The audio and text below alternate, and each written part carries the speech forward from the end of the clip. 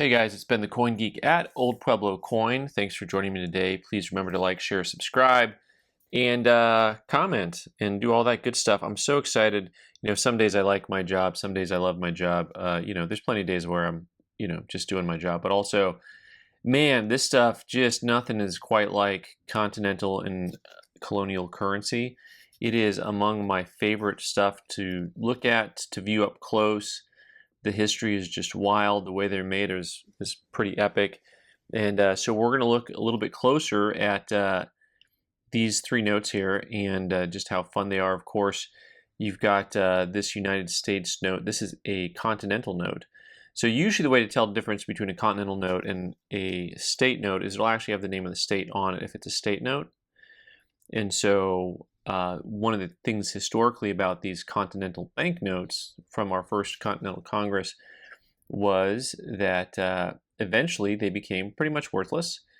And so there was an expression that came out that it's not worth a Continental. What's cool about these here, of course, is the paper it's on, the texture. Just looking at the Congress of the 14th of January, 1779, $80. And then you have the signatures on there. And when you look at them, you see this really cool effect. This big piece up here, that's the biggest piece of thread I've ever seen on any banknote that I've had. So the thread was in there as a anti-counterfeiting effect. You'll see thread was used and put into the pulp paper, and then also mica was used. So let's see if we can find some mica on any of these notes here. There's a little bit of mica right there. See that shiny thing? That's mica. Mica is a natural little flake. What would you call that? Silica mineral, and we find them in the desert Southwest all the time. You can find them actually in big sheets, and they just kind of flake off like something flaky, like the like the inside of a Butterfinger. That's where I went. I was going Butterfinger the whole time. I just didn't know whether I should say Butterfinger or not. So what's cool? So this, you've got your Continental note here, printed by Hall and Sellers, and of course they didn't bother. This would drive my wife absolutely batty. The fact that they didn't bother to space this in a way where it would say Hall and then you had Sellers here, and then 1779. Instead, it's not spaced well. So these were also printed by Hall and Sellers. Some of the more rare notes that you'll see notes that are printed by a certain B. Franklin and Johnny B. Good. Ben Franklin, his company produced paper for some pretty famous banknotes. Also, you see security devices here. These were actually patterned leaves that they used to create the presses, to create the wood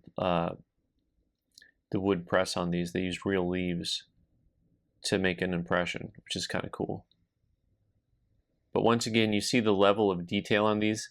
And whenever I see these things also, just talking about knowing your age and what you grew up with, these always remind me of like the Galaxia video game, where you have like these guys coming down the screen at you. I think that's something that I always think of when I see those things. So one of the things that's super cool about the earlier banknotes, and this is not true for all of them, but for quite a few of them, you actually will have, there is a waterprint. Watermark is the term. And it says United States. And so these huge sheets, you'll find paper with just the printed United States that are blanks. So those are really cool. If you ever see like a blank piece of old paper and you do this with the light, these are on my website if you want to buy some really cool lights. You don't need to look at banknotes with them. You can do like manly things instead. But these are really cool. And so what's fun about some of the security devices built into these things is you're talking about notes from the 1700s, and there's certain security devices it feels like we didn't have again in our currency until like the later 2000s, right? So it's kind of fun. Let's look at these two really cool Massachusetts notes. State of Massachusetts Bay. $2 bill, right? How cool is that? And then a $4 bill. So, and then I almost said $8 bill, but of course this guy is $80. But whenever I look at it, because the Y is so smushed out there with that thread, that I think it says $8. But once again, just the overall look and feel. What's also good about looking at notes like this is as you learn to understand what the paper should look like, when you look at other old documents, you get to feel the feel of whether or not a document is from a certain time period or not. Now, you may be wondering why there are holes in these, and if you look at these, it's because they were redeemed, right? The possessor of this bill shall be paid 2 Spanish milled dollars by the 31st day of December, 1786, with interest at the rate of 5% per annum, the state of Massachusetts Bay, according to an act of the legislature of the said state of the 5th day of May, 1780. There's a reason why the S's look like F's. I just don't know what that is. But every time I see that, I want to say the pafafa of the bill, marriage is what brings us together. You know, it's like it goes straight into Princess Bride really quick. So Spanish milled dollars, famously in Ghostbusters, there's the line, you know, don't cross the wires. Don't cross the wires, folks. Don't cross coin collecting and paper money collecting. Oh, man, I am such a rebel. So think about this. These guys here could have been redeemed for these guys here. So this banknote, this is what this represented. And so this is one of the reasons why people will collect, especially early U.S. collectors will collect things like these.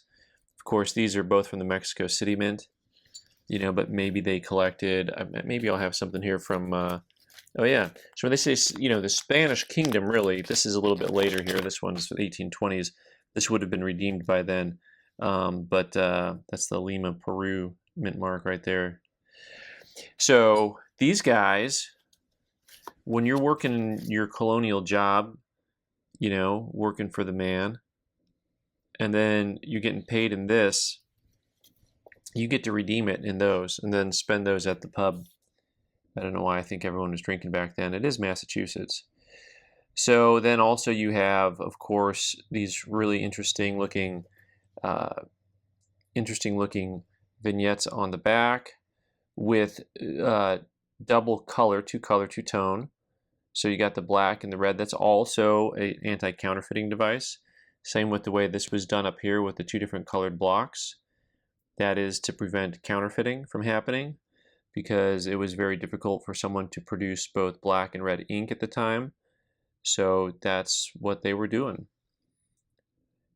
And what's fun about a lot of these here is that you'll get some notes that say, you know, death to counterfeit on them. And these guys, I was looking, I don't think any of these are death to counterfeit notes, but a lot of the earlier colonial, constitutional, and colonial notes have "'tis death to counterfeit" right on them, which is cool. So anyways, stuff is just super fun. By the way, this note's $280. These ones are probably, I don't have them priced, but they're probably $150 range. They're really high grade notes. These they find in little hoards, these Massachusetts Bay notes. But also, I mean, for the price, for the history, you think about what people spend on stuff. I still consider the colonial notes, Continental currency, to be very much so an area you can get into and have fun with and collect a lot of different types of cool stuff and not break the bank. All right, guys, thanks so much for watching. I've been the Coin Geek. You can subscribe by clicking on the owl button in the corner and watch more videos on the right side of the screen. Thanks.